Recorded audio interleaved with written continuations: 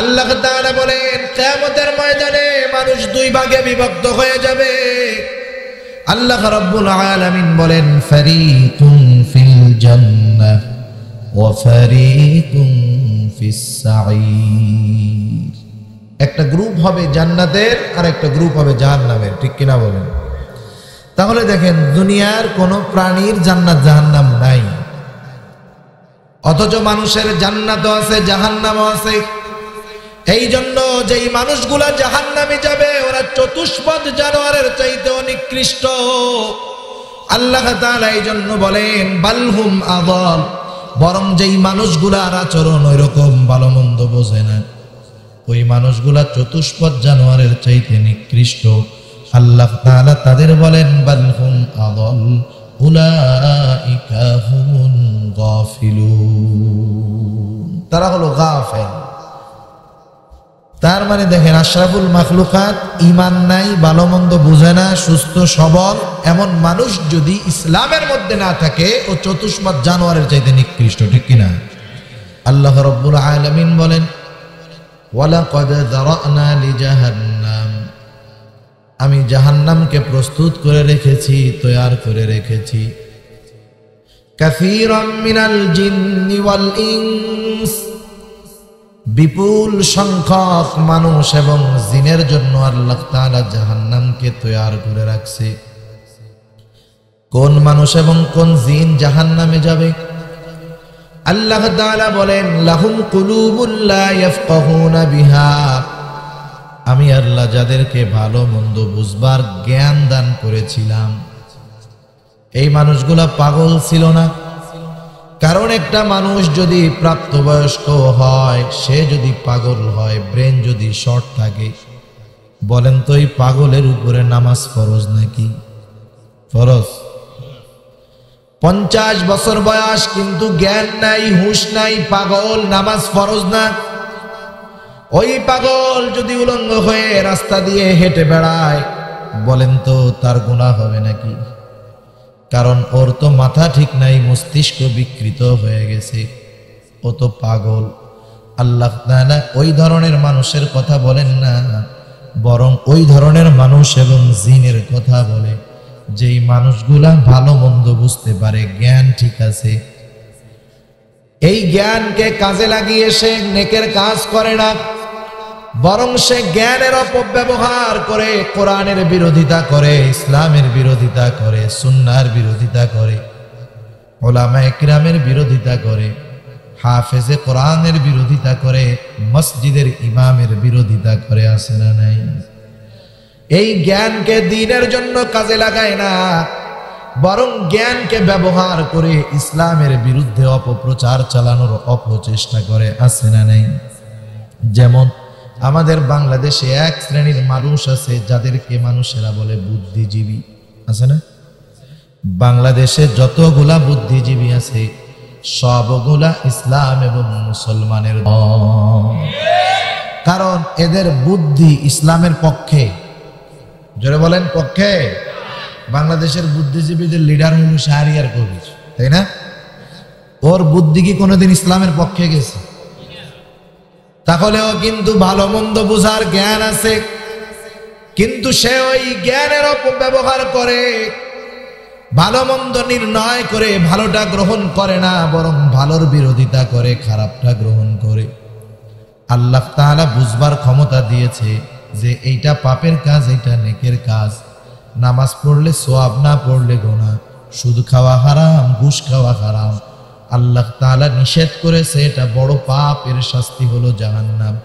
এগুলা জানার পরেও পাপের কাজ করে, তার মানে আমি আল্লাহ তাকে ভালো মন্দ বুঝবার জ্ঞান দিয়েছি, কিন্তু এই জ্ঞানকে যথাযথভাবে ব্যবহার করে না। এরপরে আল্লাহ তাআলা বলেন আমি আল্লাহ তাকে দেখার ক্ষমতা দিয়েছি, ওয়ালাহুম আ'য়ুনুন লা ইউবসিরুনা বিহা, আমি আল্লাহ তাকে দৃষ্টি শক্তি দিয়েছি, কিন্তু এই দৃষ্টি শক্তি দ্বারা, এই দর্শনের শক্তি দ্বারা সে ভালো কিছু দেখে না, দেখার দ্বারা আমলও করে না, বরং এই নজরটা দিয়া গুনার সামগ্রী দেখে, গুনার বস্তু দেখে। এই নজর দিয়েছিলাম যে দেখে দেখে সে ঘর থেকে মসজিদে আসবে, নজরটা দিয়েছিলাম, দৃষ্টি শক্তি দিয়েছিলাম, কোরআন পড়বে, হাদিস পড়বে, কোরআন হাদিসের আলোকে নিজের জীবনকে আলোকিত করবে। কিন্তু এই চোখ দ্বারা নেকের কাজ বহুদূর, গুনার কাজের অভাব নাই, ঠিক কিনা বলেন?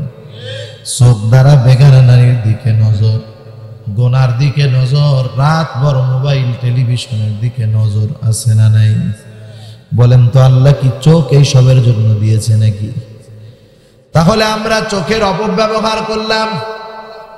আল্লাহ তাআলা সেই কথাই বলেন, আমি যাদেরকে দৃষ্টি শক্তি দিয়েছি এই চোখ দ্বারা যেটা দেখার আদেশ করেছি সেটা দেখে নাই, বরং তাদেরকে যেটা দেখতে মানা করা হয়েছে সেইগুলা দেখছি। এরপরে আল্লাহ বলেন, ওয়ালাহুম আযানুন লা ইয়াসমাউনা বিহা, আমি আল্লাহ তাদেরকে শ্রবণ শক্তি দিয়েছি। আমি আল্লাহ তাদেরকে শ্রবণ শক্তি দিয়েছি। কারণ কি? এই শ্রবণ শক্তিকে ব্যবহার করে যখন তাকে মুয়াজ্জিন আজান দিয়ে নামাজের দিকে আহ্বান করবে, দুনিয়ার যত কাজ থাক মুয়াজ্জিনের আহ্বান যখন তার কানে পৌঁছাবে, সব কিছু ছেড়ে সে মসজিদে আসবে। এই কান দিয়েছিলাম, এই কান দিয়ে সে ভালো কথা শুনবে, এই কান দিয়ে কোরআনের তিলাওয়াত শুনবে। কিন্তু এই কান দিয়া কোরআন তেলাওয়াত বহুদূর, সে তো শুনেই নাই। এই কোরআন কান দিয়ে ভালো কথা শুনে নাই, এই কান দিয়ে মসজিদের আজান সে শুনে নাই, যদিও শব্দ শুনছে শোনার মতো শুনে নাই, ঠিক কিনা বলেন?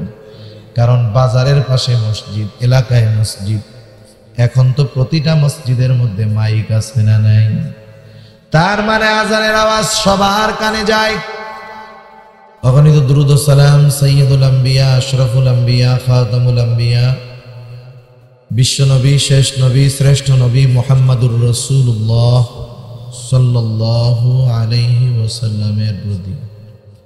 আল্লাহ তাআলা আমাদেরকে এখানে আসার জন্য কবুল করেছেন, তাই আসতে পেরেছি। কি বলেন? আল্লাহ যদি তৌফিক না দিতেন আমরা এখানে আসতে পারতাম না। সম্মানিত উপস্থিতি, আল্লাহ সুবহানাহু ওয়া তাআলা মানুষের উপাধি দিয়েছেন আশরাফুল মাখলুকাত। মানুষ হলো সৃষ্টির শ্রেষ্ঠ জীব। সব মানুষ কিন্তু সৃষ্টির শ্রেষ্ঠ জীব না। যার মধ্যে ঈমান নাই, যে কুফরি করে, কোরআন এবং হাদিসের বিরোধিতা করে, আল্লাহর দুশমন, তার ফ্রেম দেখতে মানুষের মতো হতে পারে, কিন্তু ওইটা জানোয়ারের চেয়েও খারাপ, ঠিক কিনা বলেন? কারণ আল্লাহ তাআলা কোরআনুল কারীমের মধ্যে বলেন, মানুষ এবং অন্যান্য প্রাণীর থেকে কেন মানুষের মর্যাদা বেশি? মানুষ দৈহিক দিক দিয়ে অনেক প্রাণীর চাইতেও দুর্বল।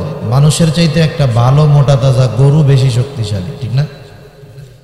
অন্যান্য অনেক প্রাণী আছে যেগুলা মানুষের চেয়েও অনেক শক্তিশালী, কিন্তু এরপরেও মানুষ আশরাফুল মাখলুকাত কেন? মানুষ এবং জিন ছাড়া আর ফেরেশতারা ছাড়া, ফেরেশতারা বাদ মানুষ এবং জিন সহ যত মাখলুক আছে, এর মধ্যে মানুষ এবং জিন ছাড়া আল্লাহ তাআলা কাউকে ভালো মন্দ বুঝবার পূর্ণাঙ্গ জ্ঞান আল্লাহ তাআলা দান করেন নাই। কোনটা ভালো, কোনটা মন্দ, কোনটায় লাভ, কোনটায় লস, মানুষ আর জিন এটা বুঝে, ঠিক কিনা বলেন? এজন্য কোন মানুষ যখন তার বুঝকে যথাযথভাবে কাজে লাগায়, মানুষ যখন তার বুঝকে, জ্ঞানকে যথাযথভাবে কাজে লাগায়, ওই মানুষটা হয় আশরাফুল মাখলুকাত। আর নাহলে ওইটা কি হয়? আল্লাহ তাআলা বলেন, ওয়ালাকাদ যারানা লিজাহান্নামা কাসীরাম মিনাল জিন্নি ওয়াল ইনস লাহুম কুলুবুন লা ইয়াফকাহুনা বিহা ওয়া লাহুম আ'য়ুনুন লা ইউবসিরুনা বিহা ওয়া লাহুম আযানুন লা ইয়াসমাউনা বিহা উলাইকা কাল আনআমি বাল হুম আযাল উলাইকা হুমুল গাফিলুন। আল্লাহ রাব্বুল আলামিন বলেন, ওয়ালাকাদ যারানা লিজাহান্নাম, আমি জাহান্নামকে প্রস্তুত করে রেখেছি, তৈয়ার করে রেখেছি। কাসীরাম মিনাল জিন্নি ওয়াল ইনস, বিপুল সংখ্যক মানুষ এবং জিনের জন্য আল্লাহ তাআলা জাহান্নামকে তৈয়ার করে রাখছে। কোন মানুষ এবং কোন জিন জাহান্নামে যাবে? আল্লাহ তাআলা বলেন, লাহুম কুলুবুল লা ইয়াফকাহুনা বিহা, আমি আল্লাহ যাদেরকে ভালো মন্দ বুঝবার জ্ঞান দান করেছিলাম। এই মানুষগুলা পাগল ছিল না। কারণ একটা মানুষ যদি প্রাপ্তবয়স্ক হয়, সে যদি পাগল হয়, ব্রেন যদি শর্ট থাকে, বলেন তো এই পাগলের উপরে নামাজ ফরজ নাকি? ফরজ। 50 বছর বয়স কিন্তু জ্ঞান নাই, হুঁশ নাই, পাগল, নামাজ ফরজ না। ওই পাগল যদি উলঙ্গ হয়ে রাস্তা দিয়ে হেঁটে বেড়ায়, বলেন তো তার গুনাহ হবে নাকি? কারণ ওর তো মাথা ঠিক নাই, মস্তিষ্ক বিকৃত হয়ে গেছে, ও তো পাগল। আল্লাহ তাআলা ওই ধরনের মানুষের কথা বলেন না, বরং ওই ধরনের মানুষ এবং জিনের কথা বলে যেই মানুষগুলা ভালো মন্দ বুঝতে পারে, জ্ঞান ঠিক আছে। এই জ্ঞানকে কাজে লাগিয়ে সে নেকের কাজ করে না, বরং সে জ্ঞানের অপব্যবহার করে কোরআনের বিরোধিতা করে, ইসলামের বিরোধিতা করে, সুন্নাহর বিরোধিতা করে, উলামায়ে কিরামের বিরোধিতা করে, হাফেজে কোরআনের বিরোধিতা করে, মসজিদের ইমামের বিরোধিতা করে। আছে না নাই? এই জ্ঞানকে দ্বীনের জন্য কাজে লাগায় না, বরং জ্ঞানকে ব্যবহার করে ইসলামের বিরুদ্ধে অপপ্রচার চালানোর অপচেষ্টা করে। আছে না নাই? যেমন আমাদের বাংলাদেশে এক শ্রেণীর মানুষ আছে যাদেরকে মানুষেরা বলে বুদ্ধিজীবী। আছে না? বাংলাদেশে যতগুলা বুদ্ধিজীবী আছে সবগুলা ইসলাম এবং মুসলমানের দুশমন। কারণ এদের বুদ্ধি ইসলামের পক্ষে। জোরে বলেন পক্ষে। বাংলাদেশের বুদ্ধিজীবীদের লিডার হল শাহরিয়ার কবির, তাই না? ওর বুদ্ধি কি কোনোদিন ইসলামের পক্ষে গেছে?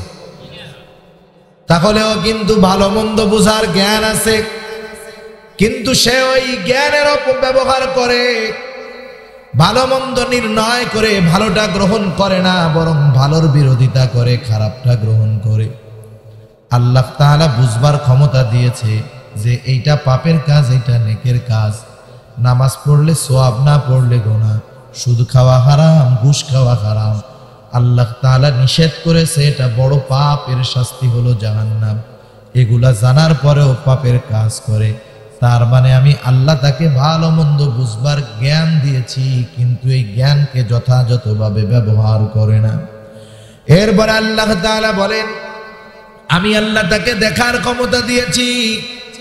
ওয়ালাহুম আ'য়ুনুন লা ইউবসিরুনা বিহা, আমি আল্লাহ তাকে দৃষ্টি শক্তি দিয়েছি, কিন্তু এই দৃষ্টি শক্তি দ্বারা, এই দর্শনের শক্তি দ্বারা সে ভালো কিছু দেখে না, দেখার দ্বারা আমলও করে না, বরং এই নজরটা দিয়া গুনার সামগ্রী দেখে, গুনার বস্তু দেখে।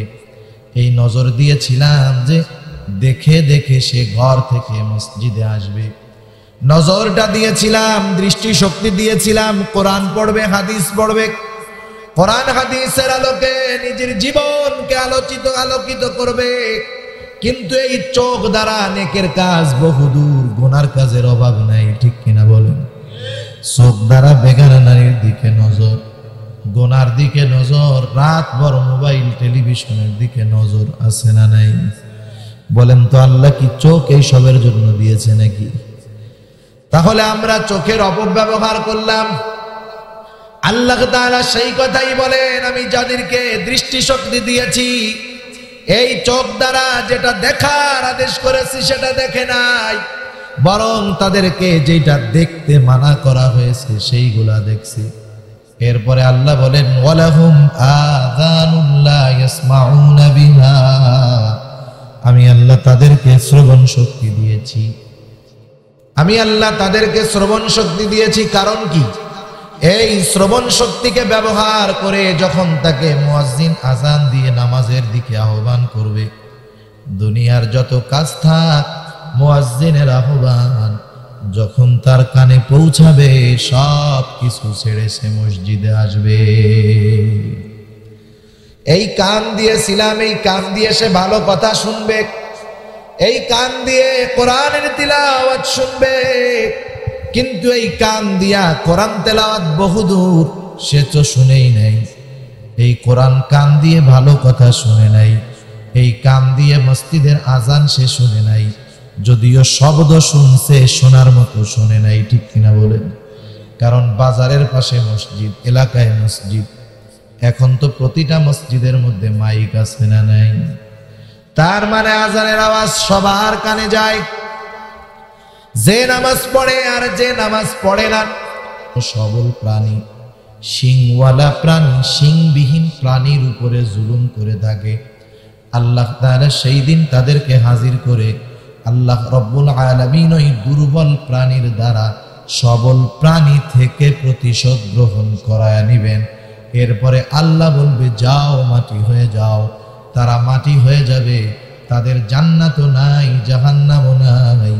এই দৃশ্য দেখে কিয়ামতের ময়দানে যারা কাফের আফসোস করবে আর বলবে, আল্লাহ তাআলা বলেন, তারা বলবে, ওয়ায়াকুলুল কাফিরু ইয়া লাইতানি কুনতু তুরাবা। তারা বলবে, হায় রে, আমরা যদি মাটি হয়ে যাইতাম ভালো হইতো। কিন্তু মাটি হওয়ার উপায় আছে? মানুষ মাটি হবে? কোন মানুষ মাটি হবে না, নিঃশেষ হবে না। আল্লাহ তাআলা বলেন, কিয়ামতের ময়দানে মানুষ দুই ভাগে বিভক্ত হয়ে যাবে। আল্লাহ রাব্বুল আলামিন বলেন, ফারিকুন ফিল জান্নাহ ওয়া ফারিকুন ফিস সাঈর। একটা গ্রুপ হবে জান্নাতের আর একটা গ্রুপ হবে জাহান্নামের। ঠিক কিনা বলেন? তাহলে দেখেন, দুনিয়ার কোন প্রাণীর জান্নাত জাহান্নাম নাই, অথচ মানুষের জান্নাতও আছে, জাহান্নামও আছে। এই জন্য যেই মানুষগুলা জাহান্নামে যাবে ওরা চতুষ্পদ জানোয়ারের চাইতে নিকৃষ্ট। আল্লাহ তাআলা এই জন্য বলেন, বালহুম আযাল, বরং যেই মানুষগুলার আচরণ ওই রকম ভালো মন্দ বোঝে না, ওই মানুষগুলা চতুষ্পদ জানোয়ারের চাইতে নিকৃষ্ট। আল্লাহ তাআলা তাদের বলেন, বালহুম আযাল উলাইকা হুমুল গাফিলুন। তারা হলো গাফেল। তার মানে দেখেন, আশরাফুল মাখলুকাত ঈমান নাই, ভালো মন্দ বুঝে না, সুস্থ সবল এমন মানুষ যদি ইসলামের মধ্যে না থাকে, ও চতুষ্পদ জানোয়ারের চাইতে নিকৃষ্ট। ঠিক কিনা? ভাত আর বিরিয়ানি, শাহী খাবার কোনটা? শাহী খাবার কোনটা? বিরিয়ানি নাকি আপনার আখনি? দুই আখনি আর বিরিয়ানি মনে হয় এক না? তফাৎ আছে, পার্থক্য আছে? আচ্ছা, পার্থক্যটা কি? আখনি আর তেহারি এক না? আচ্ছা, মনে করেন এই বিরিয়ানি এটা একটা দামি খাবার, আর ভাত এটা স্যাম্পল সাধারণ খাবার। ভাত যদি কোনো সময় পচে যায়, ওই ভাতরে 2-4-10 ধোয়া দেওয়ার পরে ওইটারে মরিচ পেঁয়াজ দিয়ে খাওয়া যায়, ঠিক না? কিন্তু বিরিয়ানি পচার পরে ধুইয়া খাওয়া যাবে? উপায় নাই, ওর গন্ধের ঠেলায় অবস্থা খারাপ হয়ে যাবে। সেজন্য দেখেন, খাবার যেমন দামি, পচলে ওর অবস্থা তত খারাপ। মানুষ যেমন দামি, যদি এই মানুষ পচে যায়, এর চাইতে নিকৃষ্ট আর কেউ থাকবে না। মানুষ যদি মানুষের মতো হয়, এর চাইতে দামি কেউ আর হবে না। এজন্য আল্লাহ রাব্বুল আলামিন আমাদেরকে জানায় দেন, আমাদের ভালো মন্দ বুঝবার ক্ষমতা আল্লাহ দান করেছেন, এই জন্য হলাম আমরা আশরাফুল মাখলুকাত। এখন যাদের ভালো মন্দ বুঝবার ক্ষমতা আছে, কেন আল্লাহ তাদেরকে বানাইলেন? আল্লাহ রাব্বুল আলামিন বলেন, মানুষ এবং জিন সৃষ্টি করার উদ্দেশ্যটা কি? মানুষ যদি মনে করে আমি আল্লাহ তাদেরকে কারণ ছাড়া বেহুদা বানিয়েছি, এটা বড়ই বোকামি। আল্লাহ তাআলা বলেন, আফা হাসিবতুম আন্নামা খালাকনাকুম আবাসা ওয়া আন্নাকুম ইলাইনা লা তুরজাউন। আল্লাহ বলেন, তোমরা কি মনে করো যে আমি তোমাদেরকে বেহুদা বানাইছি, কারণ ছাড়া বানাইছি? তোমরা পুনরায় আমার কাছে ফিরে আসবা।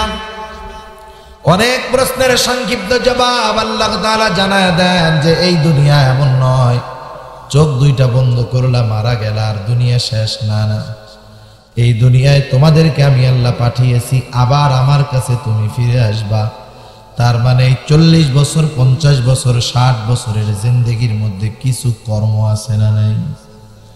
আল্লাহ তাআলা কিছু কর্ম দিয়েছেন, তাহলে কাজটা কি? আল্লাহ বলেন ওয়ামা খালাকাতুল জিন্না ওয়াল ইনসা ইল্লা লিয়াবুদুন। আল্লাহ রাব্বুল আলামিন বলেন আমি মানুষ এবং জিনকে আমি আল্লাহর গোলামি করার জন্য সৃষ্টি করেছি। সুবহানাল্লাহ বলেন। তাহলে আমরা মানুষ, আমাদের মূলত বড় একটা পরিচয় হলো আমরা কার গোলাম? আওয়াজ দিয়ে কোন, আরো জোরে বলেন, কার গোলাম?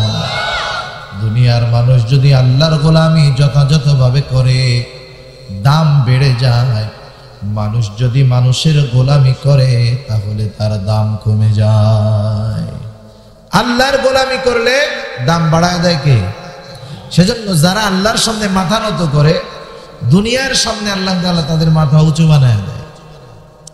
স্বাভাবিক দুনিয়ার মধ্যেই মানুষ যদি যার অধীনস্থ আর কি চাকরি করে একজনের অধীনে, যদি যথাযথভাবে তার আমানতদারিতার ঠিক রাখে, মনিবের সাথে তার আচরণ ঠিক রাখে, তাহলে এই মনিবের সাথে এক সময় তার ভালো সম্পর্ক হয়ে যায়, তাই না? অনেক সময় ঘরের চাকরও ভালো হয়ে যায় সম্পর্ক। যেমন আপনাদের সিলেট অঞ্চলে অনেক বাড়ি আছে যে জায়গায় মানুষেরা সব লন্ডন থেকে, বিশাল বড় বাড়ি, বছরে একবার দুইবার আসে, কোনো বছর আসেও না। প্রতিটা বাড়ির মধ্যে এক একজন কেয়ারটেকার আছে, একটা ফ্যামিলি থাকে, প্রায় জায়গায় দেখছি। এই মানুষগুলা কেউ 10 বছর 15 বছর 20 বছর ওই বাড়ির কেয়ারটেকার। অনেক জায়গায় তো এমন দেখেছি, বিদেশ থেকে আসার পরে যখন কেয়ারটেকারের ব্যাপারে জিজ্ঞাসা করা হয়, ভাই এই লোকটাকে, এবার ওই লন্ডনের লোকটা এই পরিচয় দেয় না যে আমার বাড়ির চাকর, এটা বলে না, বলে আমার চাচা। বলে না কেন? বলে কারণ 20 বছর বিশ্বস্ততার সাথে এই বাড়ির দেখাশোনা করতেছে। মনিব খুশি হয়ে তাকে চাচা বলে মানুষের মধ্যে পরিচয় করায় দেয়, অথচ সে হলো তার বাড়ির কেয়ারটেকার, চাকর, রক্ষণাবেক্ষণ করে। কিন্তু মানুষ সমাজে তার বিশ্বস্ততার প্রতিদান হিসাবে সে মানুষের মধ্যে এইটা বলে না বাড়ির কেয়ারটেকার, বরং তার বিশ্বস্ততাকে সম্মান করে মানুষের মধ্যে বলে এই লোকটাও আমার সম্পর্কে চাচা। দুনিয়ার একটা মানুষের কথা যথাযথভাবে মান্য করার কারণে দেখেন চাকররাও পরিচয় করায় দেয় আমার চাচা। সুলতান মাহমুদ গজনবী রহমাতুল্লাহি আলাইহি, এই সুলতান মাহমুদ গজনবীর একজন গোলাম ছিল। সুলতান মাহমুদ গজনবী রহমাতুল্লাহি আলাইহি প্রসিদ্ধ একজন বাদশাহ। ইসলামের ইতিহাসে অন্যতম অবদান আছে তার। এই সুলতান মাহমুদ 27 বার ভারতবর্ষ আক্রমণ করেছে, একবারও পরাজিত হয় নাই। এই সুলতান মাহমুদের সাথে সফর সঙ্গী হিসাবে একটা লোক ছিল, তার নাম ছিল আয়াজ। আয়াজ ছিল আফ্রিকান কালো নিগ্রো গোলামের ঘরের গোলাম। ওর বংশধরেই সব গোলাম। ও গোলাম, ওর বাবা গোলাম, ওর দাদা গোলাম। দেখতেও কালো, সুন্দর লাগে না, কুশ্রী। কিন্তু সুলতান মাহমুদ সব সময় আয়াজকে সাথে সাথে নিয়ে চলে। বড় বড় দেশের মানুষ তার সাথে দেখা করতে আসে, সেখানেও আয়াজ। বহির্বিশ্বে সফরে যায় সুলতান মাহমুদ, সেখানেও আয়াজ। সব সময় সুলতান মাহমুদ কাছে কাছে রাখে। সফরে তো কাছে তাকেই রাখা হয় যার প্রতি বিশ্বাস আছে বেশি, ঠিক কিনা বলে? এবার রাজ দরবারের মন্ত্রী, উজির, নাজির, সেনাপতি সবাই বলে বাদশার কি মাথা খারাপ নাকি? মন্ত্রী বলে আমার মতো এত সম্মানিত বংশীয় ব্যক্তি থাকার পর আমাকে বাদশার সাথে নেন না, একটা গোলামকে সাথে নিয়ে ঘুরে। উজির বলে আসলেও মনে হয় বাদশার মাথাটা খারাপ হয়ে গেছে। সেনাপতি বলে আমরা দেশের জন্য এত অবদান রাখি, কিন্তু বাদশাহ আমাদেরকে সাথে নেয় না, নেয় একটা গোলামকে। এই বিষয়টা তাদের কাছে ভালো লাগে নাই। একটা সময় এই কথাটা পৌঁছে গেল বাদশার কানে। রাজ দরবারের মধ্যে বসে আছেন বাদশাহ। একদিন রাজকোষ থেকে দামি একটা হীরা আনা হলো। এই হীরা আনার পর বাদশাহ হীরাটা সবার সামনে উপস্থাপন করে বলতেছে, এটা অনেক দামি হীরা। হীরার গুণগান বর্ণনা করার পর মন্ত্রীকে ডাক দিল, মন্ত্রী এদিকে আসো, হীরাটা ধরো, আছাড় দিয়া ভেঙে ফেলো। এত দামি হীরা। মন্ত্রী বলে, বাদশাহ আপনি কি বলেন? আপনি দয়া করে আমাকে মন্ত্রিত্বের আসনে উপবেশন করিয়েছেন, আমি নিজের হাতে আপনার এই রাষ্ট্রের সম্পদের ক্ষতি করব, এটা হইতে পারে না। মন্ত্রী এবার তেল মারা শুরু করছে, কাকুতি মিনতি করতেছে, বাদশাহ আমি মন্ত্রীর দ্বারা এই কাজ করা অসম্ভব, আমাকে ক্ষমা করে দেন। বাদশাহ মন্ত্রীর আচরণে খুশি হয়ে গেল। এক থলে মোহর হাতে দিয়ে বলে, যাও মন্ত্রী, তোমার উপরে আমি খুশি হয়ে গেলাম। মন্ত্রী মোহরের থলে হাতে নিয়া মিট মিট করে হাসে, আইসা হাসতে হাসতে নিজের জায়গায় গিয়া বসছে।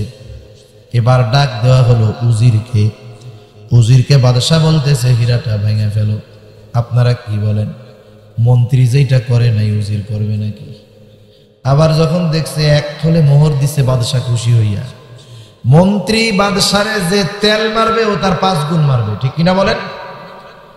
ও আরো কাকুতি মিনতি করে, 2 হাত জড়ায় ধরে বলে, না বাদশাহ, না না, এই কাজটা আমার দ্বারা সম্ভব নয়, আমি পারবো না। বাদশাহ তার আচরণে খুশি হয়ে গেল, এক থলে মোহর হাতে দিছে, হাসতে হাসতে জায়গায় গিয়া বসছে। এবার ডাক দেওয়া হলো সেনাপতিকে। সেনাপতিকে বাদশাহ বলতেছে, ধরো এটা ভাঙো। সেনাপতি বলে, বাদশাহ নামদার, আপনি কি বলেন? যেই সম্পদ উপার্জনের জন্য জীবন বাজি রেখে লড়াই করি, সেটা নিজের হাতে নষ্ট করব, হতেই পারে না। আমার জীবন চলে যায় যাক, তবু আমি এই সম্পদ নষ্ট করতে পারবো না। বাদশাহ খুশি হয়ে গেল সেনাপতির উপর, এক থলে মোহর দিয়ে দিছে। আনন্দে সেনাপতি যায় নিজের চেয়ারে বসছে। এবার পাশে দাঁড়ানো সেই কালা গোলাম আয়াজ। বাদশাহ এবার আয়াজকে ডাক দিয়ে বলে, ও আয়াজ, হীরাটা নাও, আছাড় দিয়া ভেঙে ফেলো। সুলতান মাহমুদ বলার সাথে সাথে আছাড় দিয়া ভেঙে ফেলছে। দাঁড়ায় গেছে মন, বলে, বাদশাহ আদেশ করেন, কল্লাটা ফালা দে। এত বড় ক্ষতি করলো রাষ্ট্রের, ও কি বুঝতে পারলো না? মন্ত্রী যেটা করে নাই, উজির করে নাই, আমি করি নাই, ও করলো, কত বড় সাহস! আপনি আদেশ করেন, ফালায়া দেই কল্লা। মন্ত্রী বলে, বাদশাহ এই জন্যই তো বলি, কানারে হাইকোর্ট দেখাইতে নাই। ও হলো গোলামের ঘরের গোলাম, আপনি ওরে সাথে নিয়ে চলেন। বান্দরে মাথায় ওঠার সুযোগ দিতে হয় না, আপনি লাই দেওয়ার কারণে আজকে এই অবস্থা। সুলতান মাহমুদ বলে, থামো, তোমাদেরকে ভাঙতে বলেছি, তোমরা না ভাঙার যেমন কারণ আছে, ওরও তো ভাঙার কারণ আছে। আগে ওর কাছ থেকে শুনে নেই কি বলে। এবার বাদশাহ বলতেছে, আয়াজ, যেই কাজটা মন্ত্রী করে নাই, উজির করে নাই, সেনাপতি করে নাই, তুমি করলা কেন? আয়াজ বলে, ও বাদশাহ, আমি হলাম আপনার গোলাম, আপনি আমার মনিব। আমি গোলাম আয়াজের কাছে এইরকম একটা হীরা নয়, শত শত হীরার চাইতে আমার মনিব সুলতান মাহমুদের একটা আদেশের দাম অনেক বেশি। ওদের কাছে হীরার দাম বেশি, এই জন্য আপনার আদেশ হওয়ার পরেও হীরা ভাঙে নাই, আপনি আদেশ করার পরেও ভাঙে নাই। কিন্তু আমার কাছে হীরার কোনো দাম নাই, আপনি মনিবের আদেশের দাম বেশি, কারণ আমি হলাম আপনার গোলাম। চিন্তা করেন, দুনিয়ার একজন গোলাম তার গোলামির জন্য যদি বন্ধু হতে পারে, কোনরূপভাবে কোনো মানুষ যদি আল্লাহর গোলামি যথাযথভাবে করে, ওই মানুষটা আর আল্লাহর গোলাম থাকে না, আল্লাহ তাআলা তাকে তার বন্ধু বানায় নেয়। আল্লাহ রাব্বুল আলামিন বলেন, আলা ইন্না আউলিয়া আল্লাহি লা খাউফুন আলাইহিম ওয়া লা হুম ইয়াহজানুন। আল্লাহ তাআলা বলেন, জেনে রাখো, ইন্না আউলিয়া আল্লাহ, নিশ্চয়ই যারা আল্লাহর ওলি, নিশ্চয়ই যারা আল্লাহর বন্ধু, কারা আল্লাহর বন্ধু হয়? যারা আল্লাহর গোলামি যথাযথভাবে করে, ঠিক কিনা বলেন? যারা আল্লাহর নাফরমানি করে না, আল্লাহর আইন মেনে চলে, আদেশ মেনে চলে, নিষেধগুলা থেকে বিরত থাকে, ওরাই তো আল্লাহর গোলামি যথাযথভাবে করে। আর আল্লাহ বলেন, যারা আমার গোলামি যথাযথভাবে করে ওরা একটা সময় আমার বন্ধু হয়ে যায়। আর যারা আমার বন্ধু হয়ে যায় তাদের দুনিয়া আখেরাত উভয় জাহানে ভয়ও নাই, চিন্তাও নাই। তাহলে আল্লাহর আদেশ মানলে ভয় আছে, চিন্তা আছে। আর আল্লাহর আইনের মধ্যেই শান্তি, দ্বীনের মধ্যেই শান্তি, ঠিক কিনা বলেন? আজকে গোটা দুনিয়ার মানুষ অশান্তির মধ্যে আছে, শান্তি নাই, সুখ আছে, আরামের আসবাব আছে, কিন্তু অন্তরে শান্তি নাই, ঠিক কিনা বলেন? কত মানুষ আছে, আগের মানুষ কত কষ্টের মধ্যে, কত পরিশ্রমের পরে কুড়ে ঘরের মধ্যে পান্তা ভাত খাইয়াও আরামে ঘুমাইতো, টেনশন ছিল না। এখন কত মানুষ আছে এসি রুমের মধ্যে ঘুমের ট্যাবলেট খাওয়ার পরেও ঘুম আসে না, আছে না নাই? তাহলে আরামের যে আসবাব এগুলা মূলত শান্তি দিতে পারে না। আবার কিছু মানুষ আছে গরমের দিন ঘরের মধ্যে কারেন্টও নেই, ফ্যান তো বহুত দূর, গরমের মধ্যে কষ্ট করে পরিশ্রম করে আইসা পান্তা ভাত খাইয়া এমন ঘুমায় ফজরের সময় ডাইকা উঠানোই কষ্টকর, ঠিক কিনা বলেন? তাহলে শান্তি আর সুখ এক জিনিস। সুখ টাকা পয়সা হলে পাওয়া যায়, সুখ প্রযুক্তির কারণে পাওয়া যায়, সহজ সুবিধা প্রযুক্তি টাকা পয়সার কারণে পাওয়া যায়, কিন্তু শান্তি ইসলাম এবং দ্বীন মানা ছাড়া পাওয়া যায় না। আপনি অন্তরের শান্তি যদি না থাকে কি হবে টাকা পয়সা নিয়ে, ঠিক কিনা বলেন?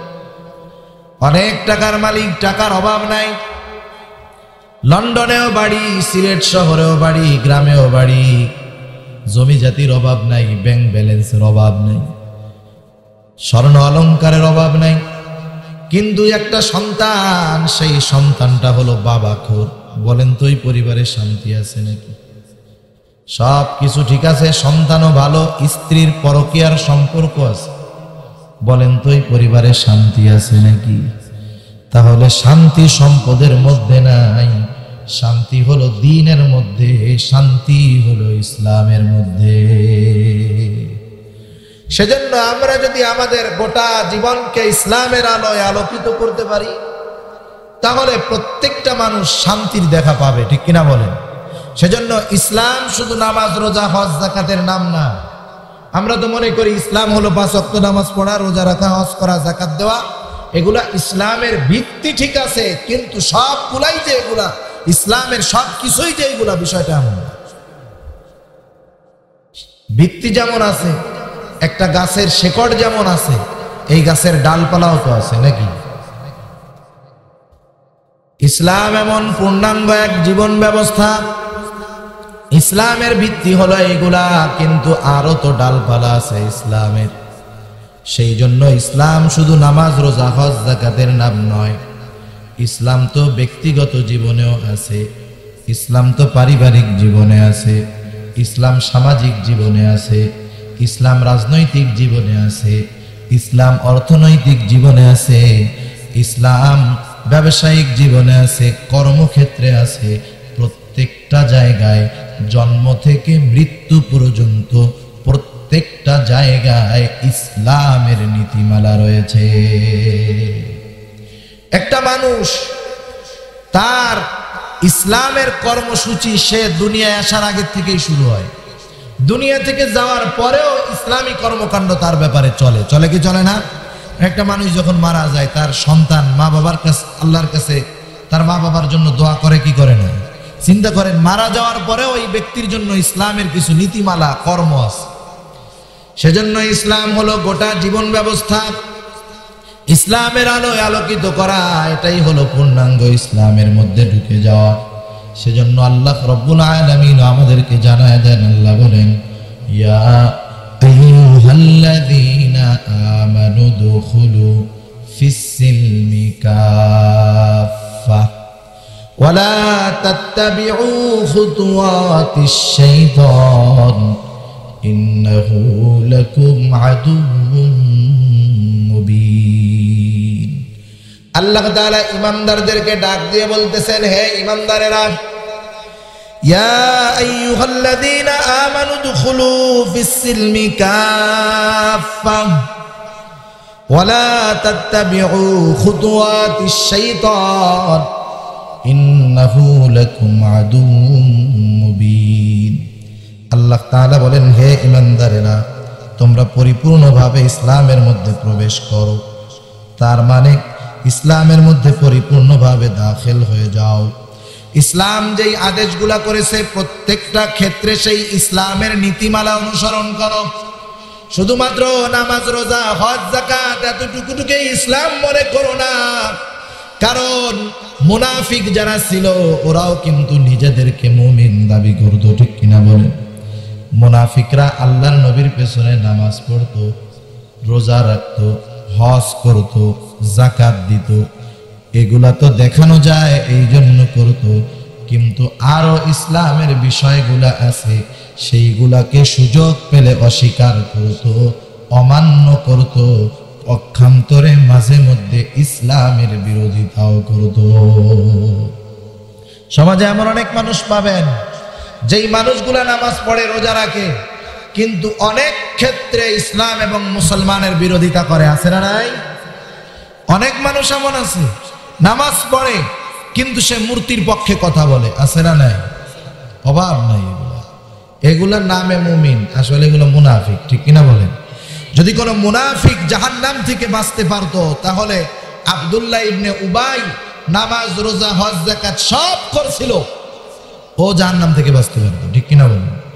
কিন্তু ওর ব্যাপারে তো এমন অবস্থা, আল্লাহর নবী নিজে জানাজা পড়াইছে, তাও আল্লাহ ওরে ক্ষমা করবে। সেজন্য সাবধান, আমার যেটা ভালো লাগে আমি সেটা গ্রহণ করব, যেটা ভালো লাগে না করব না, বিষয়টা এমন না।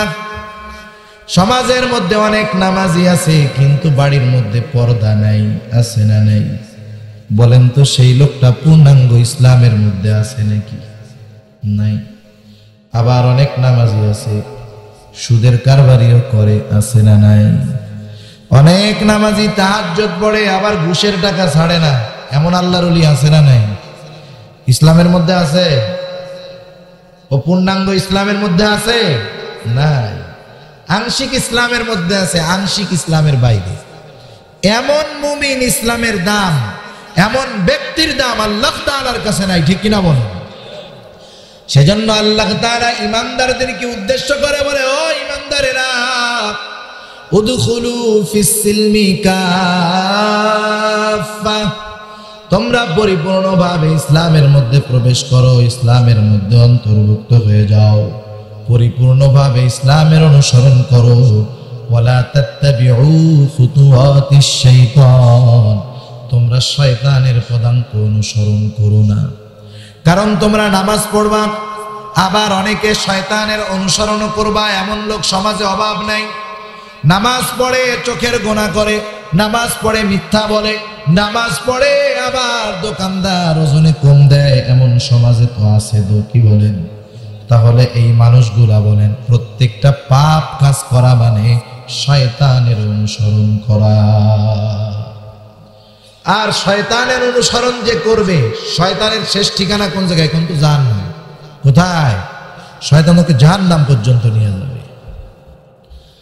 আর যেই ব্যক্তি পরিপূর্ণ দ্বীনের উপরে নিজেকে চালাবে, সব জায়গায় ইসলামী অনুশাসন মেনে চলবে, সে হবে সিরাতে মুস্তাকিমের পথিক। কারণ এই পথ প্রতি নামাজের প্রতি রাকাতে আমরা আল্লাহ তাআলার কাছে চাই। সূরা ফাতিহার মধ্যে আমরা প্রতি রাকাতেই বলি ইহদিনাস সিরাতাল মুস্তাকিম। প্রতিটা রাকাতে আল্লাহ তাআলার কাছে এই পথ চাই। এই পথের পথিক যদি হতে হয় পরিপূর্ণভাবে ইসলামের মধ্যে অন্তর্ভুক্ত হতে হবে, ঠিক কিনা বলেন? মডারেট মুসলমান হইলে হবে। এখন আমাদের সমাজে হলো মডারেট মুসলমান। মডারেট মুসলমান মানে বুঝেন, ও হলো দুই নৌকার মাঝি, দুই নৌকার মাঝি। ও দুনিয়াও ছাড়ে না, আখিরাতও ছাড়ে না, দুইটারেই ধরতে চায়। এখন এই নদী পার হবে, প্রখর স্রোত নদীর মধ্যে। এখন উনি নৌকা দুইটা দেখছে, ওনার দুইটাই ভাল লাগে, উনি এখন দুইটা একসাথে পার হবে। একজন মানুষ ও যদি একসাথে দুই নৌকায় পার হইতে হয়, এক পাও দিবে ওই নৌকায় আর এক পাও দিবে ওই নৌকায়, ঠিক কিনা বলেন? এখন নৌকা দুইটা কি সমান গতিতে চলতে পারবে নাকি? একটু যদি অন্যান্য দিক যায় 2 ভাগ হয়ে ফাইডা বের হয়ে যাবে। মডারেট মুসলমানের অবস্থা হলো এটা। ও 2 নৌকাই চায়, ও দুনিয়াও চায় আখেরাতও চায়, ছাড়তে চায় না। অথচ আল্লাহ বলেন তুই খালি আখেরাত ধর, দুনিয়াও আমি আল্লাহ তোকে দিয়ে দিব। সুবহানাল্লাহ।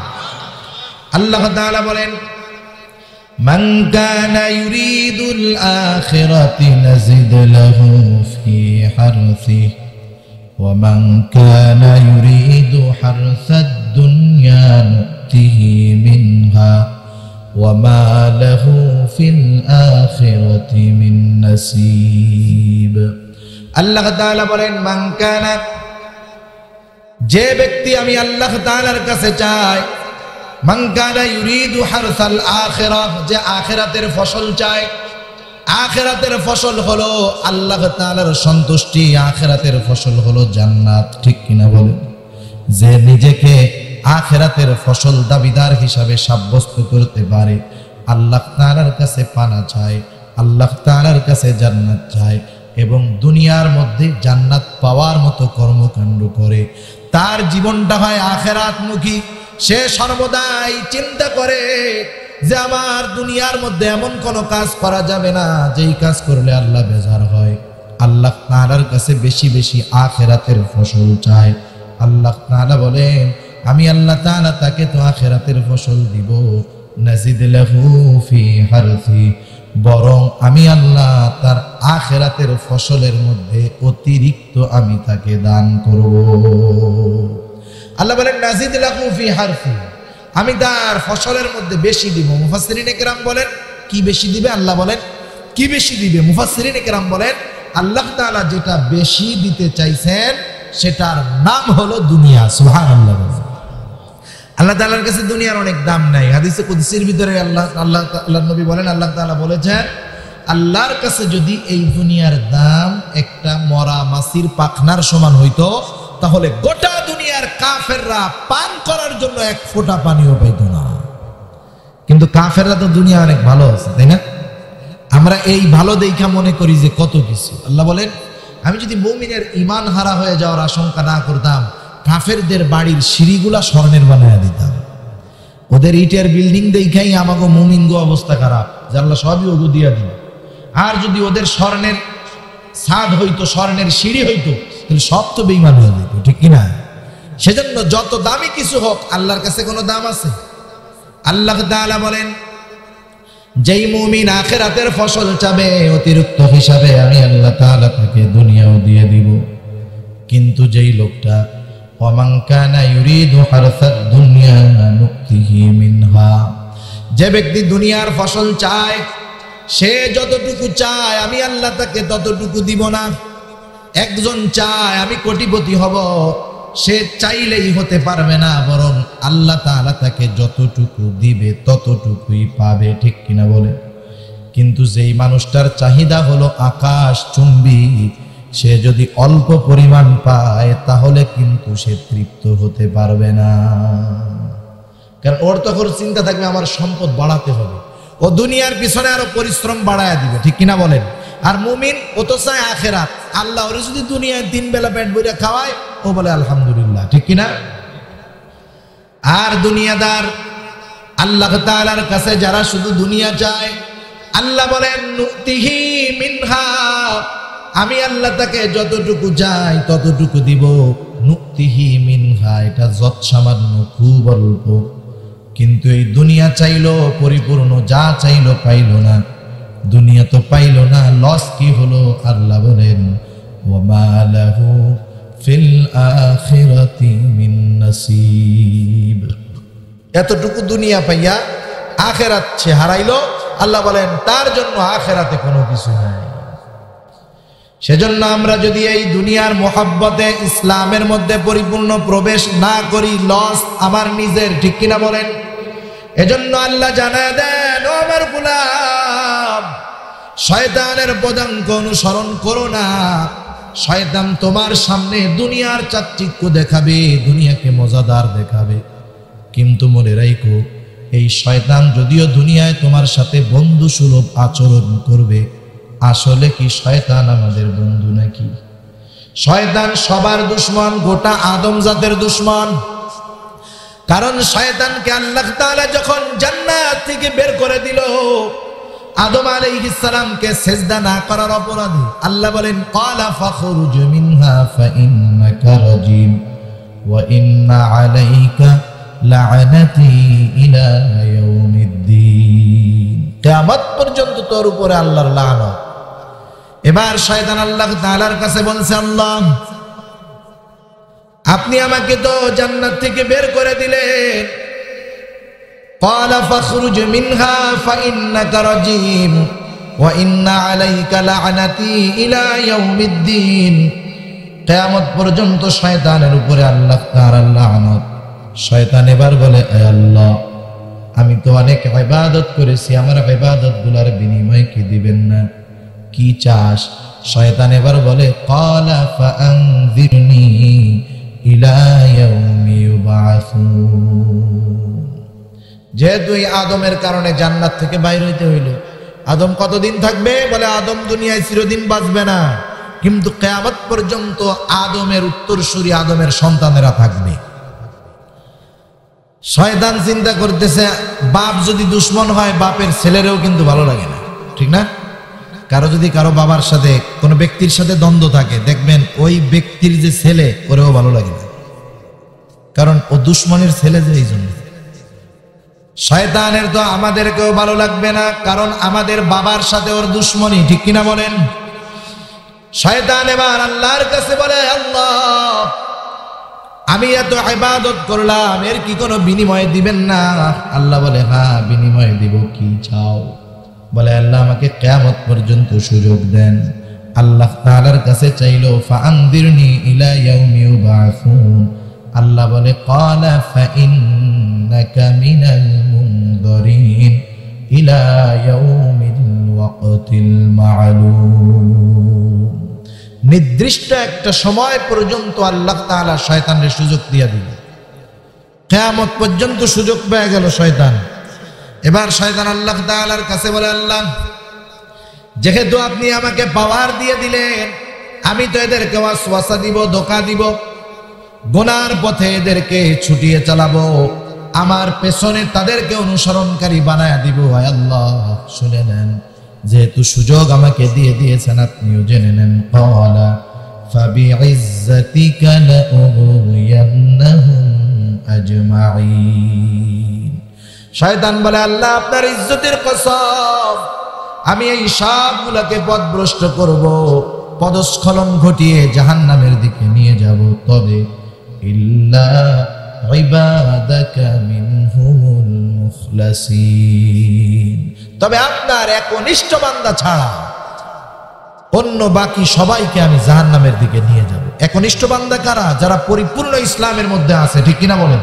গোটা জিন্দেগীর প্রত্যেকটা ক্ষেত্রে ইসলামের মধ্যে আছে, এরা হলো একনিষ্ঠ বান্দা। এছাড়া অর্ধেক মুসলমান, দুই নৌকার মাঝি, ওগুলাও জাহান্নামে যাবে। শয়তান বলে, আপনার ইজ্জতের কসম, আপনার একনিষ্ঠ বান্দা ছাড়া সবগুলাকে জাহান্নামে নিয়ে যাব, এই ওয়াদা হলো শয়তানের।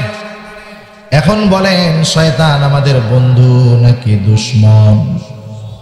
আল্লাহ তাআলা সেই কথাও জানায় দেন, ইন্নাহু লাকুম আদুউম মুবিন। শয়তানের অনুসরণ করো না, কারণ শয়তান হলো তোমাদের সুস্পষ্ট দুশমন, শত্রু তোমাদের। ওর টার্গেট তোমাকে জাহান্নামে নিয়ে যাবে। আল্লাহ কতভাবে যে সতর্ক করেছেন মুমিনদেরকে, সব মানুষ না, আলাদা মুমিনদের সতর্ক করেছে। মুমিনেরা ঈমান আনার পরে পরিপূর্ণ ইসলামের মধ্যে আসো, আল্লাহর সীমা লঙ্ঘন করিও না, আল্লাহর হুদুদ লঙ্ঘন করিও না। এরপরেও যদি তোমরা করো, কি হবে তোমাদের অবস্থা? আল্লাহ বলেন, ফাইন যালালতুম মিন বা'দি মা জাআতকুমুল বাইনাত ফা'লামু আন্নাল্লাহা আজিজুন হাকীম। এমনটা আমাদের মনে করার কোনো সুযোগ নাই। আমরা যদি ইসলামের মধ্যে প্রবেশ না করি আল্লাহর লস হয়ে যাবে, এটা মনে করার সুযোগ আছে নাকি? কারণ গোটা দুনিয়ার মানুষ যদি পাক্কা আল্লাহওয়ালা হয়ে যায়, আল্লাহ তাআলার শান মান বিন্দু পরিমাণ বাড়বে না। সারা দুনিয়ার সব মানুষ যদি আল্লাহর নাফরমান হয়ে যায়, আল্লাহ তাআলার সম্মান বিন্দু পরিমাণ কমবে না। কারণ আল্লাহ তাআলা আমাদের ইবাদতের মুহতাজ না, মুখাপেক্ষী না, বরং ইবাদত করলে আমাদেরই লাভ, না করলে আমাদেরই ক্ষতি। ঠিক কিনা বলেন?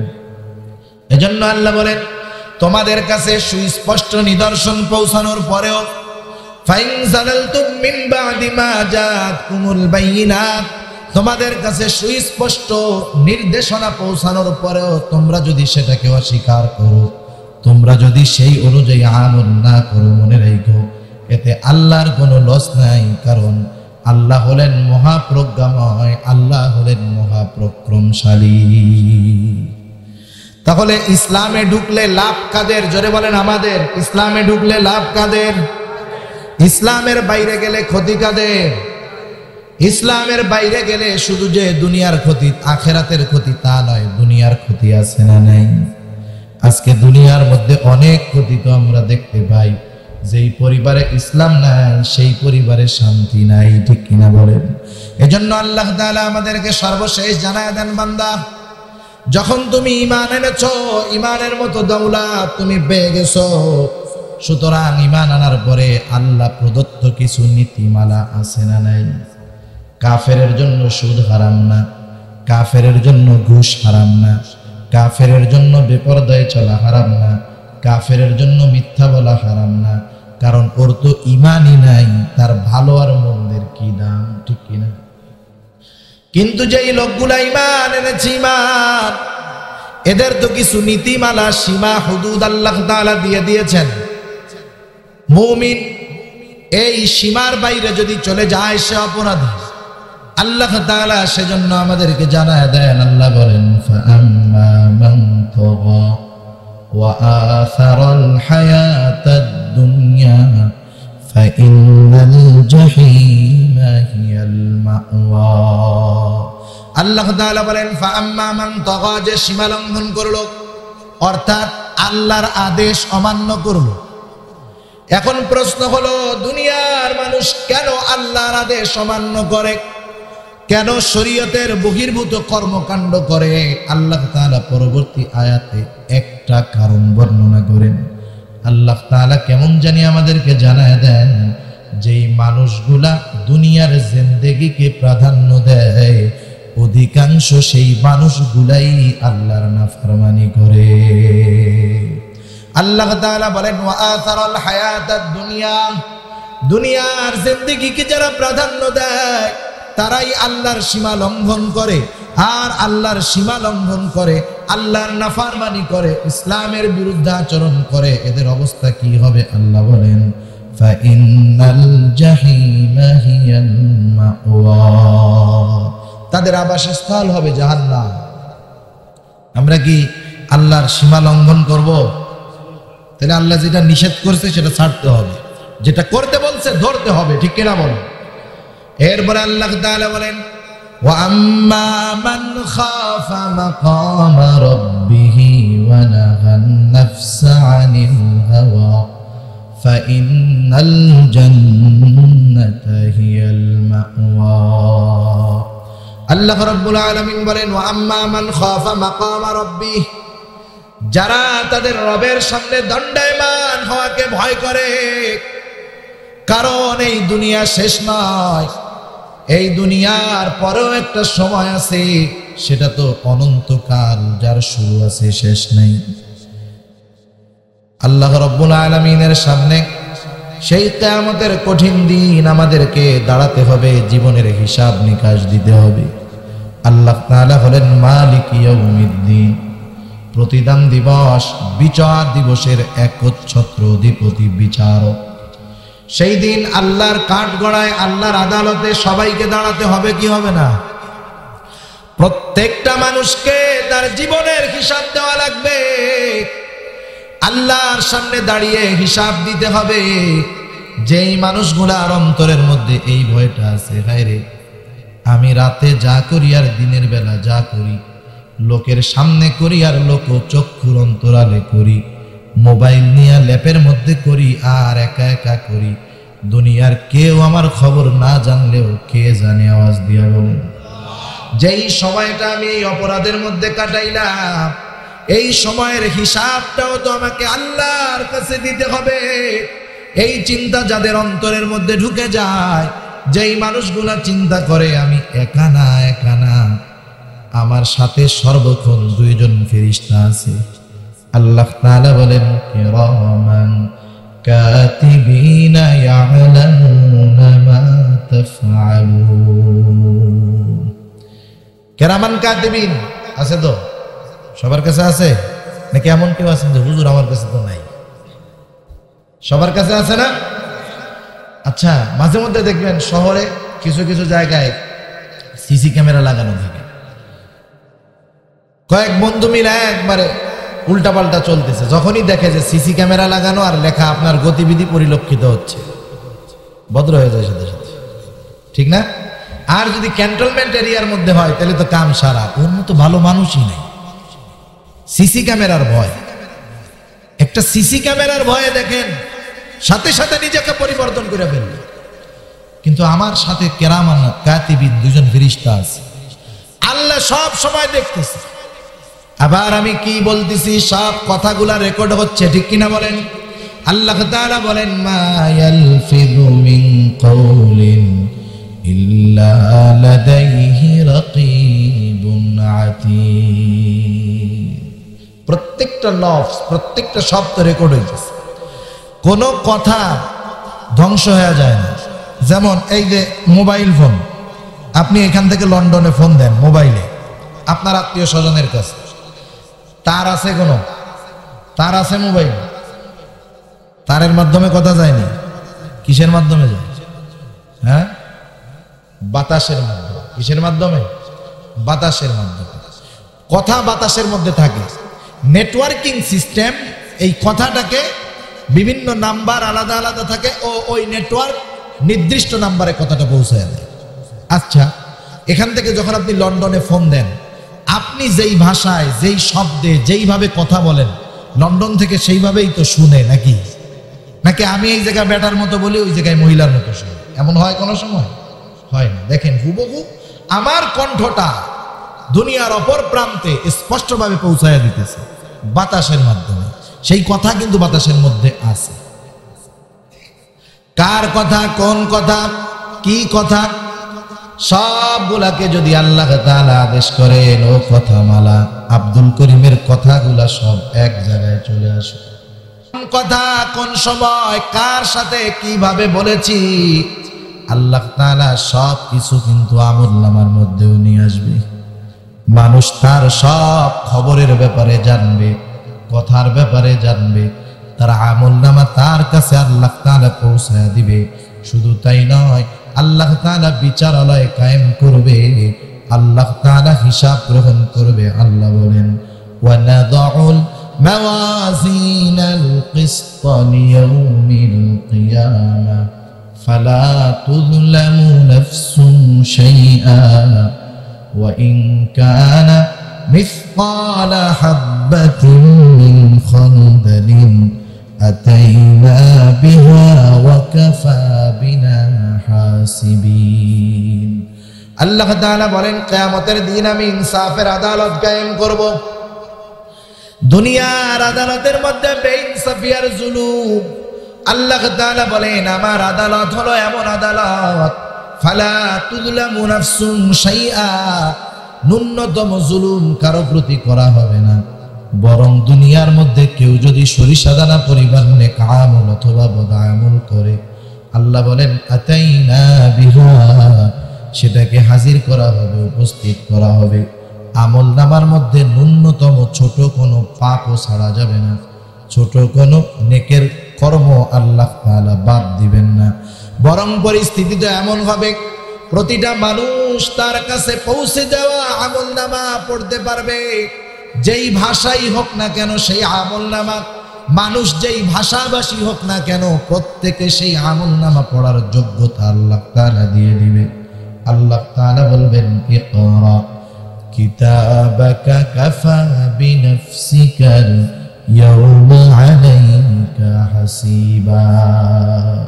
আল্লাহ তাআলা বলবেন ইকরা কিতাবাক, তুমি পড়ো তোমার কিতাব, তোমার আমলনামা পড়ো, হিসাবের জন্য তুমিই যথেষ্ট। পরীক্ষা কি লেখছো, কত মার্ক পাইছো, খাতা হাতে পাইছো, এবং তুমি ভালো বুঝবা তুমি কত মার্ক পাওয়ার যোগ্য, ঠিক কিনা বলেন? খাতা দেখার পরে সে বলে, ওরে আল্লাহ রে, এই জায়গায় এই অঙ্কটা ভুল হয়ে গেছে, প্লাসের জায়গায় কেমনে ভুলে মাইনাস দিলাম, মনে কলমে দাগ হয় নাই। এতটুকুর জন্য সব শেষ, কোনো কিছু বাদ যাবে না। কি করেছি বালেগ হওয়ার পর থেকে মরার আগ পর্যন্ত, ক্ষুদ্র থেকে ক্ষুদ্রাতীত, বৃহৎ থেকে বৃহত্তর, সব আমলনামার মধ্যে আছে। মানুষেরা যখন ওই আমলনামা হাতে পাবে অবাক হয়ে যাবে, বলবে হায় রে, বালি হাদাল কিতাব লা ইউগাদিরু সগীরাতাও ওয়ালা কাবীরাতান ইল্লা আহসাহা। কেমন কিতাব রে এইটা, ক্ষুদ্র থেকে ক্ষুদ্রাতীত, বৃহৎ থেকে বৃহত্তর, কোনো কিছুই বাদ যায় নাই। আমরা এই যে মাঝে মধ্যে ওই যে গুগলের অপশন চালু থাকলে কোন জায়গায় কোন সময় গেছি মাস শেষে আমার কাছে রিপোর্ট দেয় যে আপনি অমুক জায়গায় অমুক দিন গেছেন, এই রাস্তায় গেছেন, এই শহরে গেছেন। মোটামুটি দেখেন দুনিয়ার একটা মোবাইল ইন্টারনেট কানেকশন ওপেন থাকলে আমার আমলনামা মাস শেষে আমার কাছে পাঠিয়ে দেয়। যে আল্লাহ এই বুদ্ধি দিছে সে আল্লাহ সব রেকর্ড করতে পারে না? তাহলে সেই আল্লাহর সামনে দাঁড়ানোর ভয় অন্তরে রাখার দরকার আছে না নাই? এই ভয় যার অন্তরের মধ্যে থাকে, আল্লাহ বলেন ওয়ানাহান নাফসা আনিল হাওয়া, আর তারা নিজের মন যা চায় তা করে না, বরং সেটাই করে যেটা করতে বলছেন কে, আওয়াজ দিয়ে বলেন, বরং সেটাই ছাড়ে যেটা ছাড়তে বলছেন কে? আল্লাহ তাআলা এই মানুষগুলার ব্যাপারে বলেন সহজ কথা, যারা আল্লাহর সামনে দণ্ডায়মান হওয়াকে ভয় করে আর মন যা চায় তা করে না, এই মানুষগুলার পরিস্থিতি কি হবে? আল্লাহ বলেন ফাইন্নাল জান্নাতা হিয়াল মাওয়া, এই মানুষগুলার আবাসস্থল হবে জান্নাত। সুবহানাল্লাহ বলেন। তাহলে আমরা যদি জান্নাতে যেতে চাই আইন মানতে হবে কার? আল্লাহ তাআলার আইন। আমাদের ব্যক্তিগত জীবনে, আমাদের পারিবারিক জীবনে, আমাদের রাজনৈতিক জীবনে, আমাদের ব্যবসায়িক জীবনে, অর্থনৈতিক জীবনে, সামাজিক জীবনে, সব জায়গায় ইসলাম আছে না নাই? বলে ইসলামের আলোকে সাজাতে হবে, ইসলাম থেকে শিখতে হবে যে আমার পারিবারিক জীবনে আমার জন্য কি কি দিক নির্দেশনা আছে, আমি আমার পরিবারের সাথে কেমন আচরণ করব, আমার উপরে আমার পরিবারের হক কি আছে, আমাকে ইসলাম কিভাবে চলতে বলে, পরিবার, এই যে আমার আত্মীয় স্বজন, সমাজের মানুষ, এদের সাথে আমার কেমন আচরণ করতে হবে, ইসলাম আমাকে কি শিক্ষা দিল, এগুলা ধরতে হবে। আমি ব্যবসা করি, ব্যবসার মধ্যে কোনটা জায়েজ কোনটা না জায়েজ, ক্রেতার সাথে আচরণ কেমন হবে, মুআমালাত মুআশারাত কেমন হবে, এগুলা ইসলামে আছে না নাই? প্রত্যেক জায়গায় আছে। আপনি নেতৃত্বের আসনে আছেন, এলাকার মাতবর সাহেব, আপনার উপরেও ইসলামের নির্দেশনা আছে না নাই? সব কিছুর মধ্যে ইসলাম আছে, কারণ আল্লাহ তাআলা ইসলামকে অপূর্ণাঙ্গ রাখেন নাই, ইসলাম হলো পূর্ণাঙ্গ জীবন ব্যবস্থা। সুবহানাল্লাহ। কারণ বিদায় হজের দিন আল্লাহ তাআলা আয়াত নাযিল করে জানায় দিলেন, আল্লাহ বলেন আল ইয়াউমা আকমালতু লাকুম দীনাকুম ওয়া আতমামতু আলাইকুম নি'মাতি ওয়া রাদিতু লাকুমুল ইসলাম দীনা।